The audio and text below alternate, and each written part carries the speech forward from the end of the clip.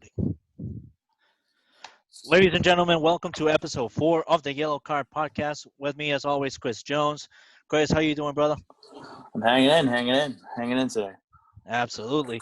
As you can see, I'm rocking the Couch Guy Sports swagger today. If you haven't checked it out yet, you're kind of wasting your time not checking it out. Make sure you go to couchguysportshop.com. Get yourself some merchandise. The merchandise there is absolute fire. So as I said, today is episode 4. We got a lot to talk about. This one's going to be a packed one.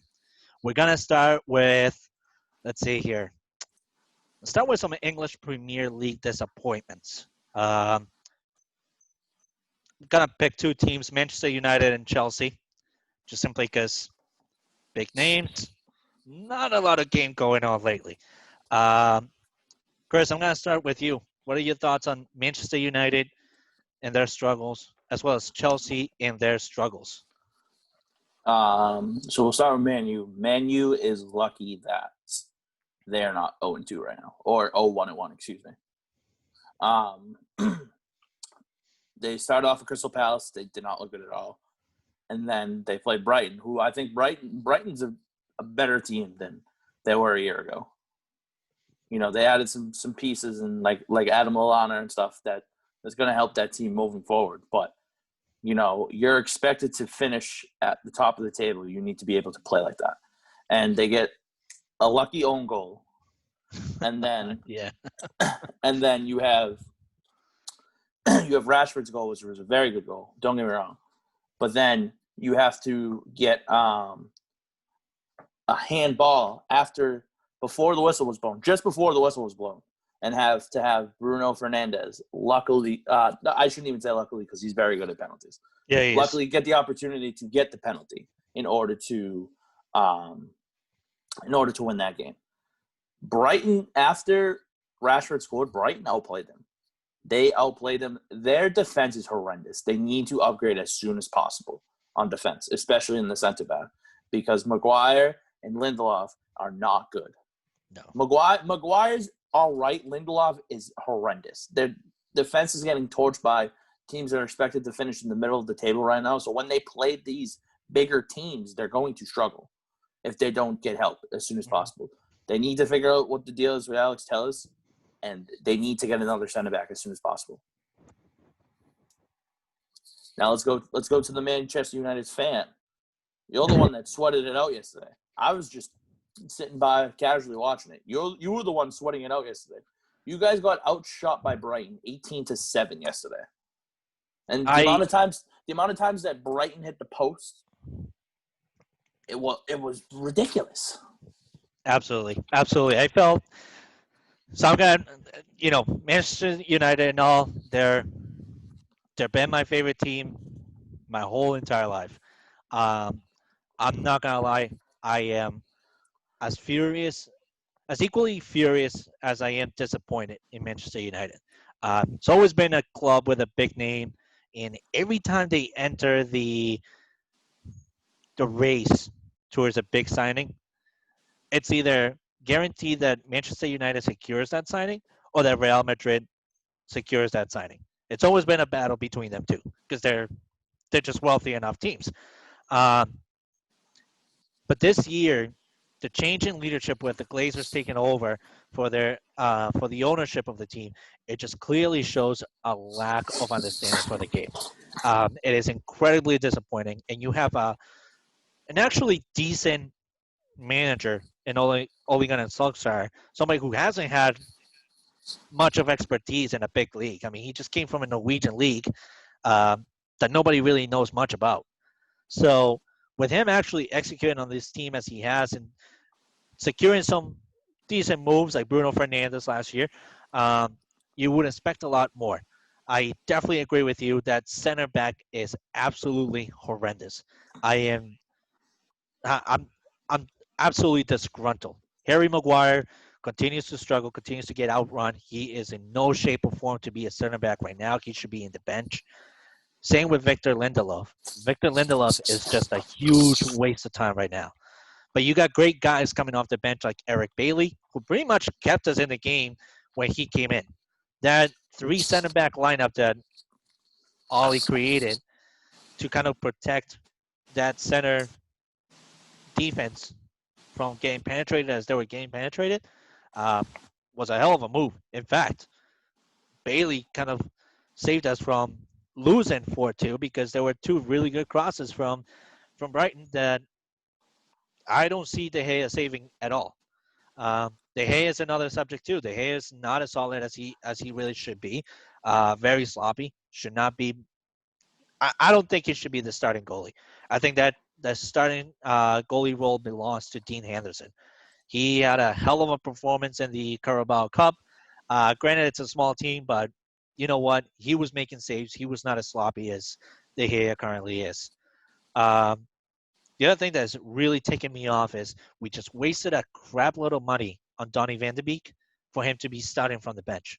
There is no reason for Van de Beek to start from the bench. He should not. When you have struggling players like Matic and Pogba, why should you go with those two instead of choosing the guy that you just literally signed up and the guy who in the first game kind of put you back in the game and score a goal? It makes no sense to me. Um, Bruno Fernandes is struggling up front. He doesn't really have that connection that he had towards the end of the season last year with Anthony Martial. Martial is running extremely slow and out of shape. Uh, and he can hardly keep the ball at his feet. He's just not the same guy that he was at the end of last year. Um, so therefore, I think Manchester United is in the weeds right now. They really need to secure some signings before October 5th, and they need to get their asses off of their chairs and get managerially going. They just have to. Uh, but then, I can't really go off much on Manchester United because then you have what's on paper a phenomenal team in Chelsea, but then they struggle against West Bromwich yesterday Yeah. in the most fatal of ways because they were getting dominated in less than 30 minutes by a bottom of the table team in West Bromwich. 3-0 in less than 30 minutes. I've never heard of Chelsea go 3-0 in less than 30 minutes against a bottom of the table team. I I haven't can see that seen. happening with Arsenal. I can see that happening with Liverpool. But with West But in Bromwich, all honesty, though, when's the last time you've seen Chelsea go 3-0 to any team in 30 minutes? to any team, exactly. I mean, that was disappointing. You have Kai Havertz.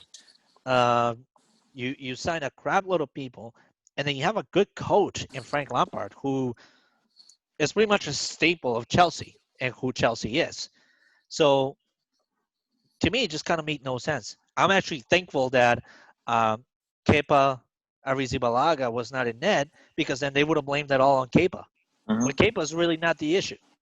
He's really not. They've been using him as a scapegoat for so long, Oh yeah, and the poor guy has just done so much for them. You just hate to see that. But to just touch upon on Man United real quick. yeah, Their next game they play Tottenham. That's a that's very gonna be good game. difficult. That's a very good game. Do you play Dean Henderson over David De Gea if you're Oh, him? no question at all. Because here's the big problem. There's still issues between Jose Mourinho and Dele Alli. As you can see, Dele Alli wasn't even part of the game today. Um, Dele Alli could very well be part of the game next week. Let's see. And and I mean, even though he is in talks of being traded, he could very well still be part of the team next week. But then you also have Gareth Bale, a lightning fast right winger that's gonna outsmoke Aaron Wan-Bissaka left and right. So now your right wing is absolutely exposed, and then you have a hell of a forward in Harry Kane, who is definitely going to be connecting with Gareth Bale. Their game is so similar that there's no reason for them not to connect. So, do I see Tottenham potentially beating us? Absolutely. I see a score of 3-1 happening very easily. Um, but again, it all depends on how Ole Gunnar Solskjaer is going to shape that team for Tottenham. Do they go with a 5-4-1 formation, or do they go with a 5-1-3-1 formation? Ah, I It don't gets know. it gets a I very powerful Tottenham side. I think I think they're gonna go. I think they're gonna go starting heavy. I think they're gonna go starting heavy. I think they're gonna stick with the 4-2-3-1. I think you're gonna get Bailey over Lindelof, hopefully, Oh, no and question. then you'll get Van de Beek over Matic, and then you keep everything else the same. I think I it would think be differently. I think it would be Van de Beek and Fred over Matic and Pogba. Fred actually came off the bench and was helpful. He was useful. so. If As much as I'm not a Fred guy, because I think he was heavily overrated when the signing happened. He has progressed with the team. He has made those strides, but he's not the guy. He's just not the guy that we need in that position. Um, and it makes sense for Van de Beek to start because Van de Beek and Fernandez actually have some sort of chemistry building, and exactly, and Ole Gunnar you want to Solskjaer capitalize on it. is not seeing it. Um, but again, I hope to God that this game against Brighton was a rude awakening to the whole entire team, including management and including Woodward. Because if they do not make any signings, we're absolutely screwed for the English Premier League. I thought we were going to be one of the top 4 teams, but at this pace, it's getting closer to relegation time. Actually, I wouldn't go that far. I don't think you. it's I don't think ugly. you. I It's don't think you very guys. ugly. I agree. It is very ugly, but there's not a chance that Manchester United would ever be relegated. And anyway.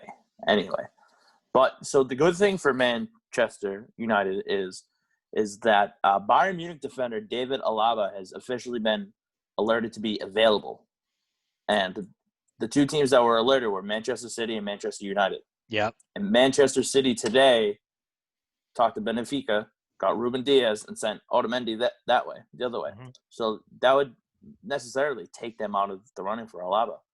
If you're Manchester United, you need to throw whatever Bayern Munich wants right at Alaba to get Alaba. You need him. You desperately need him in your defense. Mm-hmm. You get him. You figure out what the deal is with Alex Telles. Your defense will be fine. Up front, you guys are solid. It's a young core. Bruno Fernandes has just been that piece that they've needed for the past couple. Oh yeah. For since they decided to do the big U-Haul. Just they have so much potential. They just need a piece. And well, here's the Alaba thing. could easily be that piece. So here's the thing: how I see it too, because just as you mentioned, yeah, Bruno Fernandes has been that centerpiece for the forward and for the defense too, to kind of create the game and get it built up. But there is so much similarities in Bruno Fernandes and James Rodriguez that I almost wish that Manchester United had taken a step forward and gone with somebody who's used to being in big teams like James Rodriguez and have taken him instead. The reason why I say that is because the guy has such a creativity level that his IQ just makes it outstanding against somebody like Bruno Fernandes or hell, maybe even somebody against like a Willian from Arsenal. He has that creativity. Look at how good Everton looked yesterday. They looked solid, and they weren't facing some random team either. They were random Crystal Palace. Everton's going to contend for a top 4 spot in the table. There is, unless you and I were very much so like they're going to finish like top 6. Yeah. But they very much so can easily finish top 4 in the table.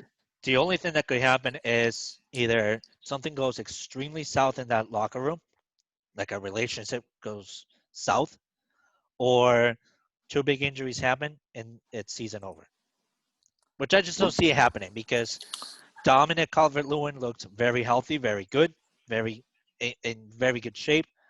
Richarlison looks incredible. He looks like he's so dangerous that if Real Madrid was back again into that Galacticos era, Richarlison belongs in that team. Yep, There is I no agree. doubt. The only worry that I have is for Jordan Pickford, but it is rumored that Sergio Romero is going to Everton. Yeah. And with Sergio Romero as a backup, that team has a golden ticket solidified. Mm-hmm. I choose Romero any day over De Gea, any day. So that's the main knife. All right, let's talk about Chelsea real quick. You briefly brought them up. They tied yesterday with West Brom 3-3. They struggled against Liverpool. What do you think is their big issue at the moment? Because they signed all this talented pieces. What do you think their big issue is at the moment? So I've said it before and I'll say it again. Anytime that a team has this many starts, this many like really good players on their lineup, there is always an ego issue that's going to persist. And it is exactly the same thing that's happening for Frank Lampard. He's got a highly egotistic team because Kai Havertz knows how good he is. The rest of the team knows how good they are. And whenever they don't take blame, then the blame goes back to Kepa. This time, Kepa was not the starter. So that in itself sends a message to that locker room to kind of get themselves an identity for themselves to rely on and kind of, relate to in a bit. Uh, they're just not melding together at all. They're just not. And until they do that, that team is going to continue to struggle. I think it's going to take them the first 5 games for themselves to see that they are struggling hardcore, for them to finally wake up and say, we need to save our season. That's See, my train of thought. I think I just don't like how they're lining up. I don't like how they're lining up. I think if you're going to play Werner and Abraham, you need to play them next to each other. Excuse me. But I think they should go. They should look at like a 4-4-2 diamond. I think you put Abraham and Werner up top. The offensive midfielder should be Kai Havertz, obviously, and then the side midfielders you can use Jorginho and you can use Mason Mount, and then the defensive midfielder is Conte, and then you have obviously your solid back end, Alonso, Silva, Christensen, and James. Obviously, you could easily put Hudson Odoi in there, but I just don't like how they're lined up because, and here's why, because Werner yesterday they ran a 4-2-3-1, and Werner's playing the wing. Werner's not a wing; he's a striker. You need to play him at striker. They're going to be their big issue. If they run the 4-4-2 diamond, they'll get not only Werner, but they'll get Tammy Abraham up front. And then you got Giroud still backing them up. So if one of them's tired, you put him right in. And you still have Kai Havertz in the middle. You got your 2 side midfielders and whoever you want. And then you have Conte as your big defensive midfield. Okay. I think it takes less pressure off the defense. And I think that Chelsea, if they can get to a formation like this where they can feel comfortable, I think they're going to be dangerous. But if they're going to run the 4-2-3-1, it's going to be a long season for them to figure out how to fit all these pieces together. And also, too, here's the thing. They're still waiting on Christian Pulisic. Christian Pulisic comes back. Yeah. You can easily run that formation. Well, that's the thing I was going to say, because right now, on paper, they have a very solid team, like I said earlier. But there's the issues of how they're lining up, which I agree with you on. Timo Werner is just not a winger. He's a striker.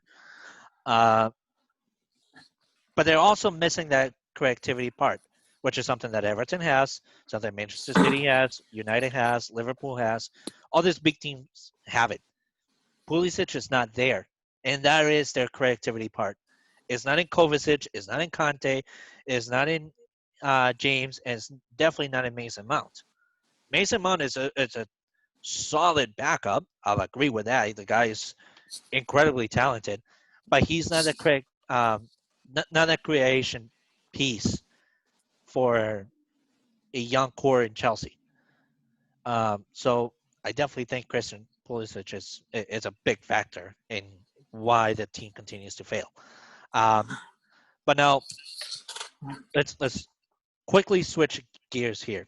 So we both know that Manchester United are struggling, and we know that there's a couple teams around the world too that are struggling. So let me throw like a fantasy kind of question here. If you were today to be contracted as a manager for a big ticketed team, and you knew that you have until October 5th to pull whatever moves you need to pull with whatever amount of money you need to pull. Let's say, the money is there. No questions about money, right? Hmm. What is the one team that you would want to take over, and how would you stack it up? I'm going to go ahead and go with you, In and all then I'll go honesty, after. I'm taking Mikel Arteta's job in Arsenal because Okay. they have a good foundation, I think. And based off what I have, I would have them rock a 4-3-2-1. Ooh. Ooh.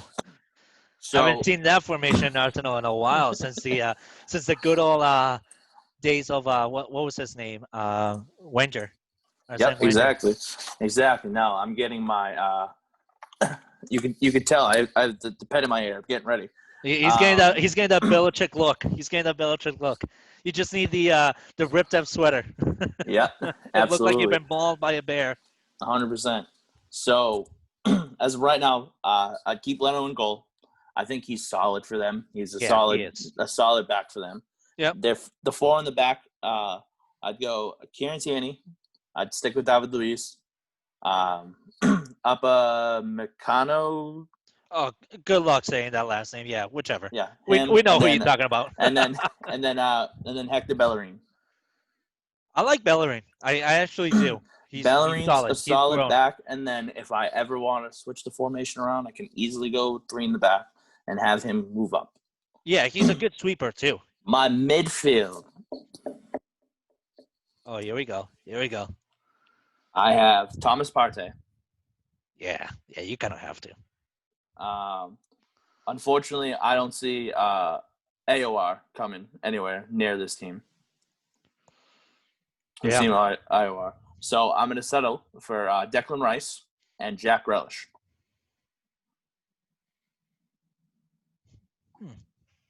Intriguing, but I don't know how I feel about them going to Arsenal. I just don't see Jack Grealish fitting into an Arsenal, but I do see a Declan Rice need in Arsenal because he could be very well paired up with somebody like Willian. Mm-hmm. And then for my three attackers, I have Willian as the right wing. Oh. And the left wing, you know who I have on the left wing? Who's that? Douglas Costa. Dude, I don't know. And then I think Wolves has and such then a good chance of getting and then him. up front, you have Aubameyang. Oh yeah. You have to. That would be my fantasy job right now. I would take Arsenal and I would do everything in my power to make that lineup a thing. So what are you gonna do with Lacazette? You gonna let him go? Moving him to Juventus was part of the deal with Costa. I think you'd be cheapening yourself though.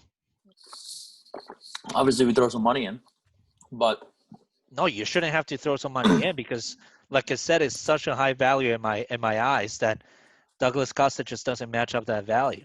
In my opinion, I meant money coming back, not matching up with Lacazette. Oh, okay.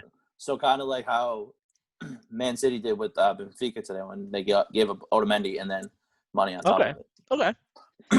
So that's how mine would. Obviously, we know where you're going with this. Yes, I need to heavily come in here and you literally spent 20 minutes talking about Manchester United already. So I think So I'm gonna make it real quick. I need to rescue Manchester United one way or another. So goodbye Glaciers, welcome the Galveses. A Colombian family handling an England team. That's never gonna happen. Something you'll never see. Hey, there's a thing called dreamers. I'm definitely one of them. So here's what I would do, and as you can tell, I got my notepad here ready to go because I was dying to talk about this. I let go of De Gea, Lee Grant, Jesse Lingard, Andreas Pereira, Brendan Williams, Anthony Marshall, and Odion Igalo. I basically go in. Ooh, Marshall. I basically go in like a Ronald Koeman in here. You're going as a bat out of hell. Wow. I'm going ape shit because I'm just so disappointed in all these people, and it's Anthony so much money wasted. Martial, though. Oh, the dude is running like he's got two gorillas on his back. He's 20. He's a big boy. He's 24 years old, though. Then time to get in shape.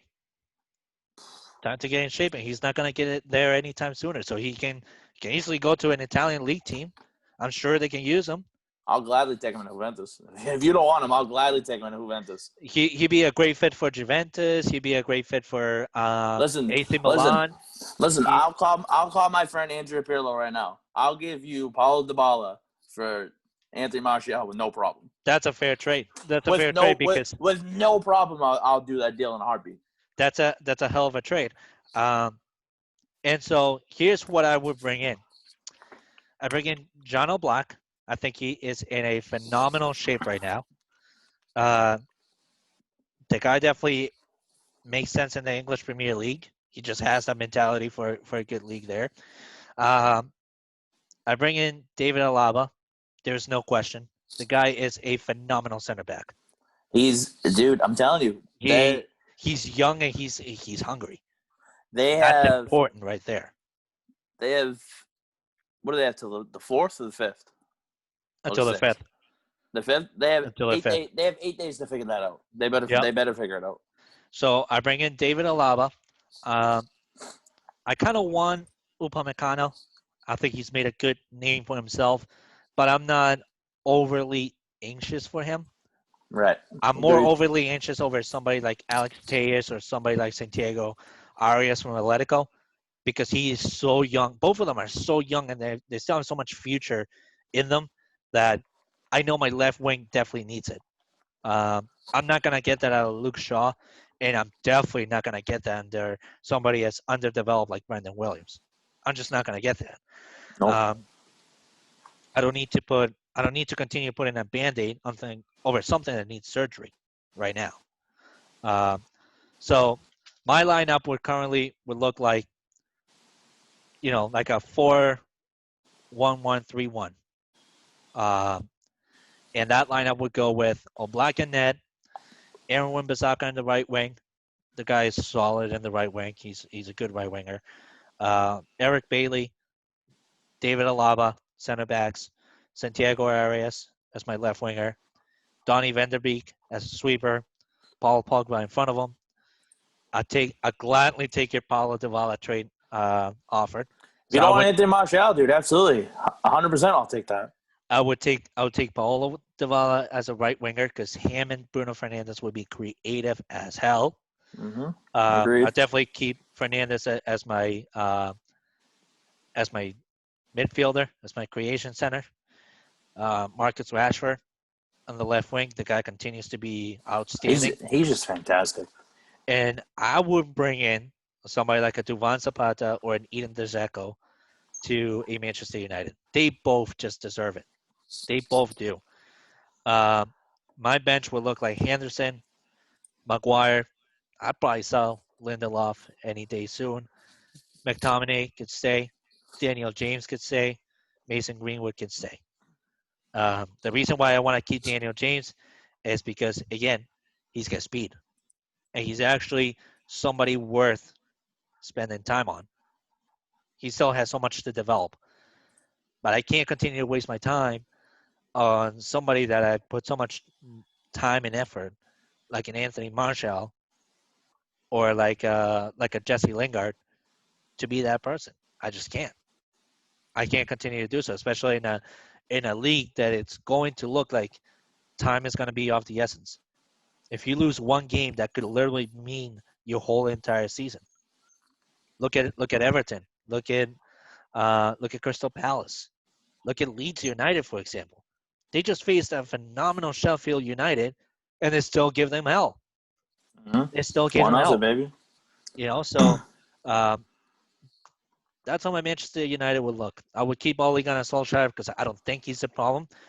If I thought he was a problem, I would easily replace him already with Mauricio Pochettino or Massimo Allegri. No problem whatsoever. But I just don't think he is the problem.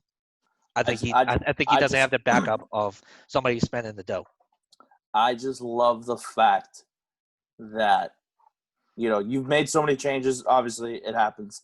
But the Colombian putting the Colombian up front, man. It's come on. You knew it was going to happen. There had to be one guy in the lineup. I can't get James Rodriguez, so I got to take the next best one. I got to take Zapata up front. But it's not even so much about the Colombian itself either. I would love a Colombian up front. But if you think about it, like when Radamel Falcao joined Manchester United, he was a good signing. It just so happened that Mourinho underutilized him. And then you got somebody like Alexis Sanchez, who just, again, was poorly trained. That was a waste. That was a waste. He was poorly trained, undermanaged, and he was out of shape. No wonder Arsenal wanted to get rid of him so fast. You really think Arsene Wenger is going to give his best forward just like that, with no problems whatsoever? One of the best managers in the English Premier League ever to give his forward just like that? No way. Something was going off wrong. Manchester United just didn't get the hint. I don't, in my honest opinion, I would want Karim Benzema to Manchester United, but there's nothing taking him out of Real Madrid. He's one of the most centerpieces in Real Madrid right now. There's nothing that's going to guarantee me him. I would easily want somebody like Gutierrez from Inter, but he's going to Barcelona. He's going to end up in Barcelona. And I don't have time to continue to waste in something that I'm so unattainable like a Jadon Sancho. I need to make transfers now. Agreed. I got 7 days to turn the team around. That's what I'm going to have to do. So that's that. It's funny that you bring up. It's funny that you bring up Alexis Sanchez because we're gonna quickly go into to the Liga and Serie A. Yeah. Let's do Serie A real quick. Do the sure. Let's transition. It's what I do best. I'm very good at transitioning. I'm a DJ. I have to be good at transitions. Yeah, you're right. That's, dude. I don't even know what day of the week it is anymore. But let's talk about the Serie A real quick. Sure. I mean, some teams have played a couple games. Some teams have only played one. What are your thoughts so far on what you've seen? So Serie A is going to be interesting again this year. I'm sort of interested. I'm sort of interested to see that. I need Brent here. I need to talk shit about fucking Juventus. I need to talk shit about Juventus. I need Brent here. I literally got the Cristiano Ronaldo Juventus straight from Italia. Yeah. Come on. So I actually think Inter Milan is going to be quite interesting. That Chilean connection of Alex Vidal and Arturo Vidal. Where did I get it? I know what you meant. Yeah. Arturo Vidal and Alexis Sanchez. It's going to be quite interesting. Arturo makes sense for an Inter Milan. He definitely does. He makes sense for an Italian league. His game has slowed down tremendously, and the Italian league is about that. It's a slow game, but it's still quite beautiful because you see a lot of place forming and all that stuff. The only concern that I have there is they're getting too carried away with their forwards, and right. if they let go of Lautaro Gutierrez over the thoughts that Alexis Sanchez is going to be their Band-Aid, they're done. They're done for the next 5 years. They're absolutely done. Because Romelu Lukaku, while he is performing and he's bringing in the results, he's injury bound. Yep. At any point, he can easily take a bad slide tackle, kind of like what happened to Radamel Falcao in the French league, and be done. Be absolutely done. So that is a very dangerous game that Conte is playing right there. In terms of Juventus, for example, though, I don't know where Andrea Pirlo is going with this, but I think he's getting carried away, and management is getting to his head, and he wants to trade pieces left and right, hoping for the absolute best. To me, letting go of somebody as reliable as a Douglas Costa is an extremely dangerous line to be walking through. It makes no sense to me. Why do I say that? Douglas Costa is the type of guy that can come in off the bench and change the game in a hurry. He connects with Cristiano Ronaldo incredibly well. Agreed. And for that change to happen, I don't know. I think Pirlo's going ape shit crazy here. Uh, he is a phenomenal mastermind. He is a genius. He was a genius on the field. He was always good at making transitions and making changes. So I hope this works out. But I'm deeply worried about Juventus. I deeply am, because if Paulo Dybala leaves Juventus as well, then Cristiano Ronaldo is going to be another disappointed guy, much like Messi and Neymar and Mbappe have been. I agree. Um, I agree so 100%. I, I, I I don't know. I don't know what Juventus is thinking right now. I really I don't know. don't. So I don't think the ball is going anywhere, and I think my big thing is looking at the way they lined up against Sampdoria. Yeah. I liked it. It was different. I liked it, especially if you look at it when Delit gets healthy. If they're going to run a 3-4-1-2, and their back three is going to be Bonucci, Cicciolini, and Delit, that's going to be a solid back three. Yes. And Yes. then you get the midfielder. Weston McKennie started. He went with Adrian Rabiot, Juan Cabrado, and then Fabrada. He has Aaron Ramsey as his center attacking midfielder, and then Ronaldo along with I can't use. I won't even try to say his name. Kiluskovic.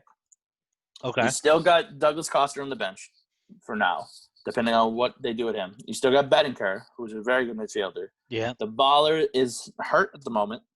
So, in my aspect, if you can get another solid striker, no matter who it is, and you line up front, Ronaldo, Dybala, and that said striker. Well, you just got Morata too. Don't forget you just got Morata. I do. I always forget I got Juan Morata. So imagine those three together right off the bat. Yeah. Morata, Ronaldo, and Dybala. That is a solid attacking trio. Yeah. And they're going very defensive heavy. They're going to try and take the load off of Szczesny as much as they can. And they looked very good. Obviously, we'll see how they play today against Roma. But they look very good. And if they have any question on chemistry or anything like that with this new formation, you can throw that right out the window. Yeah. Because if he's going to stick with the three if he's going to stick with that formation, they're going to be a tough team to play. Yeah. Especially in the back end, because Bonucci, very much experience. Very Cicciolini, experienced. Yeah. very much experience. Delit is an up-and-coming. He's already at the top. Very much could easily be the best defender in the world in a couple of years. Yeah. So they Yeah, have that's true. They have a lot of talent. One team that I'm looking at still is Atalanta. I still think Atalanta is going to be good. Sassuolo right now they're 1-1. They're 1-1-0. They drew against who was it? Cagliari, and they beat Spezia 4-1 earlier today. They're gonna finish in the middle of the table, but they could easily be a team that's going to be a force. And then AC Milan. No Zoltan Ibrahimovic. He's got COVID as of right now. How do they look? How does that lineup look? That one is concerning too. But I mean, they do have a solid young core too. They got Theo Hernandez. They got Lorenzo Colombo as a forward as well. They got. I'm looking how they're lining up right now, and it's a 4-2-3-1 today against Crotone. I mean, maybe it's just because signings, though. They need a few signings. Yeah, but I think the top four of the table, it's going to be Juventus, it's going to be Atalanta, it's going to be Lazio, and then I think Inter could be there, maybe not. I won't be surprised if it's like AC Milan if they make the moves, or maybe Verona if they keep up the pace that they're in. We'll Verona's see. looking good too. They're one of those quiet teams that's just slipping under the radar, but they're currently in first place. Agreed. Well, speaking of teams in first place, let's talk La Liga. Let's talk La Liga. Let's do it. Because there was some interesting stuff that happened this week. Yep. So let's get into that one, Go ahead. So obviously the big news is that Luis Suarez is now playing for Atletico Madrid. which is huge. Um, That is a slap in the face of Barcelona, like so such a hardcore slap. as the time that we were recording, the game is over. It was 6-1 the final, and Suarez had 2 goals. Already. Two goals. So they got a goal from Diego Costa in the 9th minute, Yeah. and then they went. Ready for this? They went into half up 1-0. Oh my God, what a mercy killing! Luis Suarez came in and delivered a mercy killing. Mm-hmm. Oh my They God. got a goal from Correa in the 47th, Yao Felix in the 65th, Marcos Llorente in the 72nd, and then Suarez in the 85th, and then the 93rd 93rd minute. Yeah. Yeah. So So let's talk Atletico real quick because there's a lot going on there. There is a potential of Diego Costa leaving Atletico, but there is also the potential of having another international connection, which is Edinson Cavani and Luis Suarez up front. You get that dream team. Fuck Real Madrid. Fuck Barcelona. Fuck Valencia. Yeah, even maybe even fuck VRL at this point. Sorry for the many F bombs, but Edinson Cavani and Luis Suarez up front, we've seen it in the international place. They are extremely dangerous and almost impossible for any center back solid defense to deal with. They're extremely creative and dangerous. Atletico gets that. That La Liga title is solidified to them. They just got their first win of the season so far with Luis Suarez, who came in and, as you just mentioned, he was in the game for what, 10 minutes, 2 goals. That's nuts. That's absolutely nuts for somebody that Ronald Koeman deemed as completely out of shape and useless. I'm scared of Atletico Madrid. As much as I am a Real Madrid fan, I'm scared of what Atletico would look like. Let me drop a little knowledge on you real quick. Remember when we were talking about La Liga before it started? Oh, yeah. I said Atletico was one forward piece up front with Yao Felix away from being very, very good. Yeah, you said this. They got it in Luis Suarez. So here comes your "I told you so" moment. Congratulations. What? But again, who would have thought? Who would have thought that you would have had an international connection, though? Suarez, of all people, he's still one of the top 5 goal scorers in the world. That's incredible. The fact that Coleman literally said, "Oh yeah, no, he's not good anymore." I flabbergasted that. Yep. And not only did they get rid of him to a very much competitive team in the table. How do you do that? If you're Barcelona fans, you're losing your absolute mind at the fact that you let Luis Suarez, who literally did so much for Barcelona, walk and have him go to Atletico Madrid. Send Suarez literally out of the league. Send him out of the league. They were doing the favor when Juventus was on the table. Juventus didn't become on the table because he couldn't pass the citizenship. Yeah. Now he's still in La Liga, just not on your team. I don't get it. I don't get Barcelona, and we're going to see them play today at 3:00.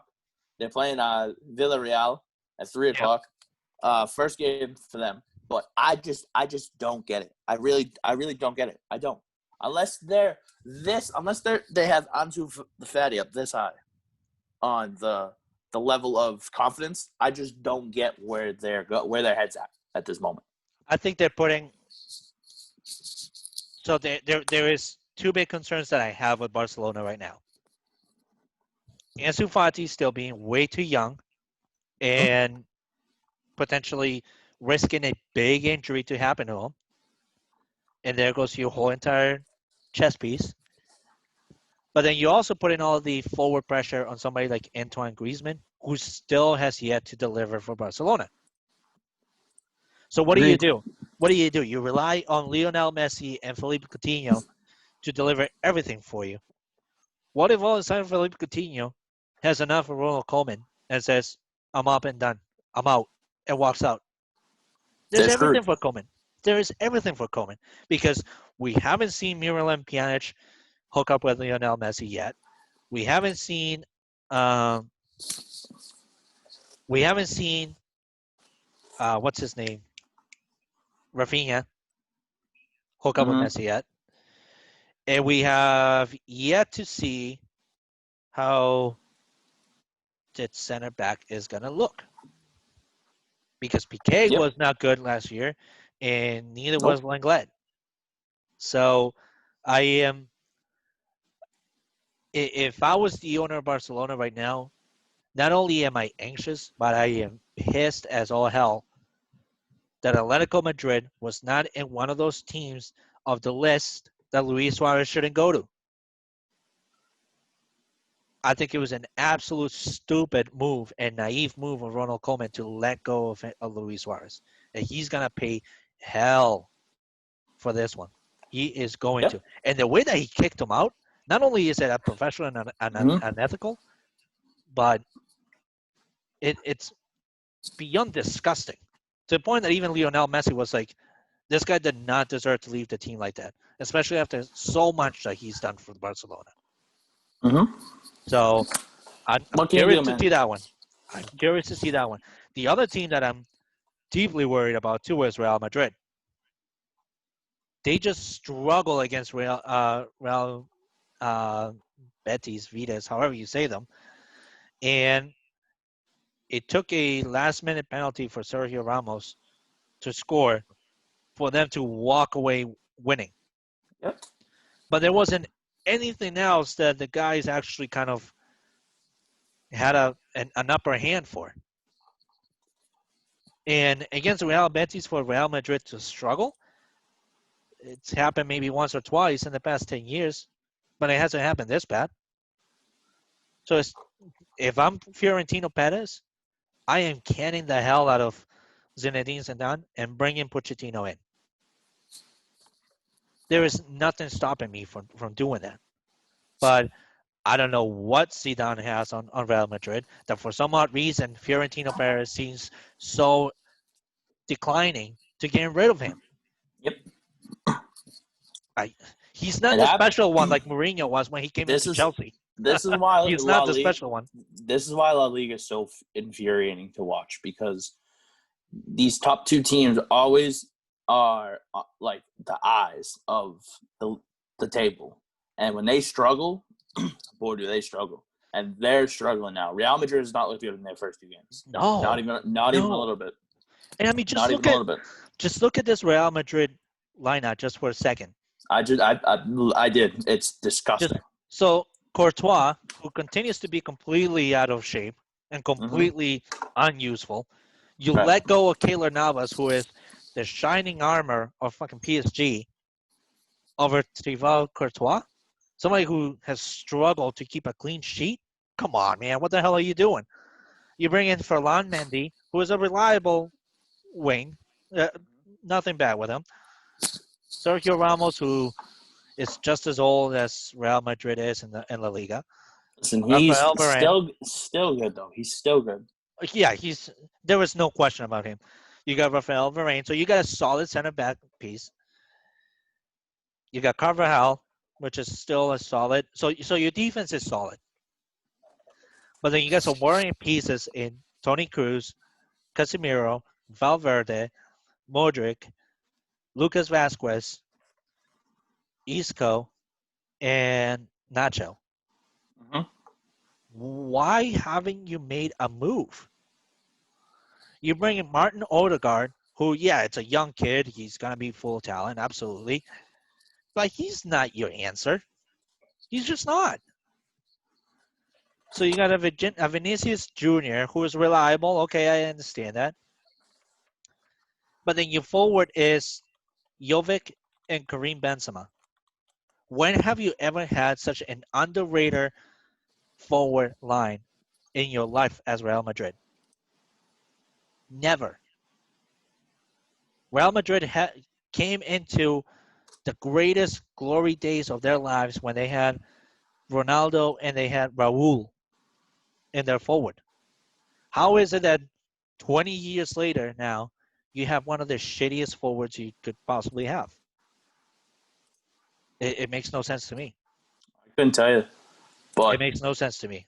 you know, the more that we sit here and the more that we talk about this, I'm so happy that I looked at the odds for when they opened up, and the first thing I did was I put a unit on Atletico Madrid winning the table at plus 2,500. I knew Atletico was gonna be back in the picture. I knew it. So that was back in August. Do you know what they're currently at right now? No. Plus 800. Oh. So 1 unit to make 25 if they win. So keep track of that. Keep track of that. So when Atletico Madrid is holding up the La Liga trophy this year, and I'm cashing in 25 units on that, buddy, let me tell you. So let's just look at this real quick. The top 5 in the standings of La Liga. Real Betis at 3 matches played, 2 wins and 1 loss at 6 points. Granada, 2 wins and 1 loss. Real Sociedad at 1 win and 2 draws. Valencia at 1 and 1, 1, 1. And then you got Real Madrid, who's played 2 games, 1 win and 1 draw at 4 points. How are you not concerned as a manager? How are you not? They just the thing is, especially with La Liga, it's the one league that no matter how you start, if you're one of the top 2 teams, as in Madrid and Barcelona, no matter what, you're just supposed to. You're just supposed to be better than them. That's the issue. You're supposed to be better than them. Doesn't mean you are. So like if I was Fiorentino Perez, why wouldn't I be making a bold move of having Robert Lewandowski join Real Madrid for me? With Karim Benzema? That would be a hell of a forward. And I'll tell you why. Because there's not a chance that Lewandowski leaves Bayern Munich. It's all money driven though. This year has proven that not only are players speaking up, which is huge, because previously you would never see a Ronaldo, a Rivaldo, or even anybody. Anybody really saying I want to leave the team. You just never would. Hell, even when Ronaldo was leaving Manchester United, on his last interview, they asked him, "So what's inclining you to leave Manchester United?" His answer was, "I'm staying," even though he knew he was leaving to Real Madrid. So nowadays you have all these players speaking up, which is it's good for them that they have that ownership, but by the same token, it kind of makes them soft, if you ask me. But then you're in a perfect position right now to secure money, considering that all these teams have made a killing in the past 5 years. Yep. So how are you not making a move? They might just see how they look, and then once the winter comes, figure it out. I don't get it, man. I don't get it. But anyways, it's Sunday. It's football Sunday as well. We got Patriots versus Las Vegas Raiders. That's going to be a hell of a game. So we'll see what happens. Continue to watch Mr. Chris Jones and the Chasers as he puts his sport in his bets. As you can tell, the guy is just killing it. He put 1 unit for Atletico Madrid, and the guy is just solidifying that bet as a winner. Potentially. I mean, I might as well right now, the way it looks. Yeah. 25 units just off of that is ridiculous. It is fucking ridiculous. Ridiculous, dude. It's unreal. That is as secured as the White House is right now. Continue to look for my articles on Tuesdays and Saturdays. And do me a favor. If you're not following Couch Guy Sports, then what are you truly doing? get on Twitter, get following Couch Guy Sports. Go to couchguysports.com. Check out all the articles, all the content that our boys and girls bring in. Make sure to check out the podcasts. Make sure you also following the Yellow Card Podcast on Twitter, on YouTube, on SoundCloud. Make sure that you're following us. Thank you for watching episode 4, and please tune in for episode 5 next week. Who knows? We might have a guest. Maybe we won't. But there will be plenty of content. Thank you Maybe for I'll tuning start. in. Maybe I'll start a rant for no reason. Yeah, maybe we'll just start another rant. Yeah. Hey, maybe Manchester United will give me more shit for me to talk about. So, anyways, thank you for tuning in. Episode 5 next week. Thank you very much, guys.